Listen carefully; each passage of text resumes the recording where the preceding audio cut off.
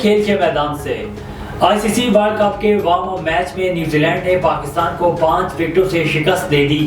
حیدرآباد کے Rajiv Gandhi international cricket stadium میں کھیلے گئے میچ میں پاکستان کے کپتان بابر اعظم نے ٹاس جیت کر پہلے بیٹنگ کا فیصلہ کیا۔ پہلے بیٹنگ کرتے ہوئے پاکستان نے مقررہ 50 اوورز میں 5 وکٹوں کے نقصان پر 345 رنز بنائے۔ ایشین گیمز ایتھلیٹکس میں پاکستان کے گول شہباز نے 100 میٹرز میں سیمی فائنل کے لیے کوالیفائی کر لیا ہے۔ تاہم پاکستان کے ٹاپ ایتھلیٹس شجر عباس سیمی فائنل تک نہ آ سکے۔